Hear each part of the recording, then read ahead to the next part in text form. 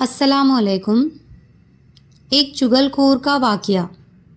ایک شخص نے بازار میں دیکھا کہ ایک شخص اپنا غلام بیچ رہا ہے اور یہ آواز بھی لگا رہا ہے کہ یہ بہت اچھا غلام ہے، اس کے اندر کے علاوہ کوئی اور عیب نہیں کہ یہ کبھی کبھی چگلی کرتا ہے۔ اس شخص نے یہ آواز سنی، اس نے سوچا کہ یہ تو کوئی عیب نہیں ہے، چگلی کرنا تو عام سی بات ہے، تو اس میں کیا خرابی ہے، اس غلام کو خرید لینا چاہیے۔ تو اس آدمی نے اس غلام کا سودا کر کے خرید لیا اور اپنے گھر لے آیا۔ کچھ عرصے تک تو وہ غلام ٹھیک ٹھاک کام کرتا رہا۔ اس کے بعد اس نے اپنا رنگ دکھانا شروع کر دیا، کیونکہ چگل خوری کرنے میں وہ بہت ماہر تھا، اسی لیے اس نے چگل خوری کے اندر اپنا کرتب دکھلایا اور اس نے سب سے پہلے اپنی مالکہ کے پاس گیا۔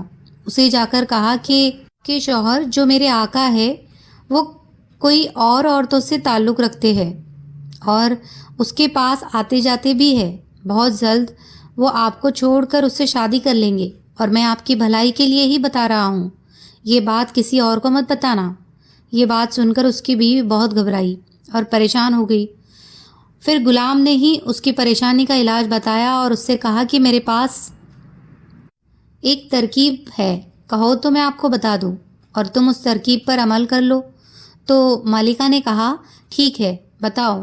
تو اس غلام نے کہا کہ جب آپ کا شوہر سو جائے تو اس کی داڑھی کے 1-2 بال کاٹ کر اپنے پاس رکھ لو، پھر دیکھنا کیا ہوتا ہے، وہ ہمیشہ تمہارے ہو کر رہے گے، کبھی بھی دوسری عورت کی طرف نظر نہیں اٹھائیں گے۔ عورت نے جواب دیا کہ یہ تو بہت آسان کام ہے، یہ تو میں آج ہی کر لوں گی، خدا نخواستہ کل کو کچھ اور ہو گیا تو میں کیا کروں گی۔ اب وہ غلام آقا کے پاس گیا اور اس سے کہا آپ کی بیوی کے دوسرے مردوں کے ساتھ ناجائز تعلق ہے اور بہت جلد وہ آپ کو چھوڑنے والی ہے۔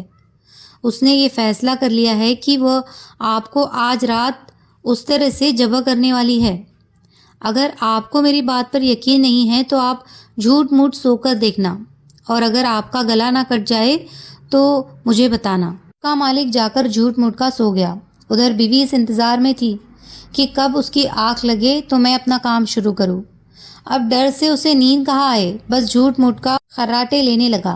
اب تو اس کی بیوی کو یقین ہو گیا کہ اس کو نیند آ گئی ہے۔ پھر اس کی بیوی اس طرح لے کر اس کی پاس پہنچی اور ابھی ہلکا سا اس طرح گلے پر رکھا ہی تھا کہ اس آدمی نے فوراً اپنی آنکھیں کھول دی اور بیوی کو پکڑ کر کہا اچھا تو تم مجھے مارنے جا رہی ہو۔ اس کو غصہ تو پہلے سے ہی آ رہا تھا، تبھی اس نے اپنی بیوی سے اس طرح چھین کر اپنی بیوی کا ہی گلا کاٹ دیا۔ جب بیوی کے خاندان والوں کو پتہ چلا کہ اس کے شوہر نے ہماری بیٹی کو قتل کر دیا ہے تو انہوں نے آ کر اسی طرح سے اس شوہر کو بھی قتل کر دیا۔ اب شوہر کے خاندان والے بھی آ گئے، پھر دونوں خاندانوں میں خوب جھگڑا ہوا اور 20 لوگ مارے گئے۔ تو محترم دوستو، آپ نے دیکھا کہ اس غلام نے ذرا سی چگلی سے کس طرح سے دونوں خاندان والوں کو تباہ کر دیا۔ چگلی کرنا ایک بہت بری بات ہے، اسی لیے اللہ تعالیٰ نے چگلی کو حرام قرار دیا ہے۔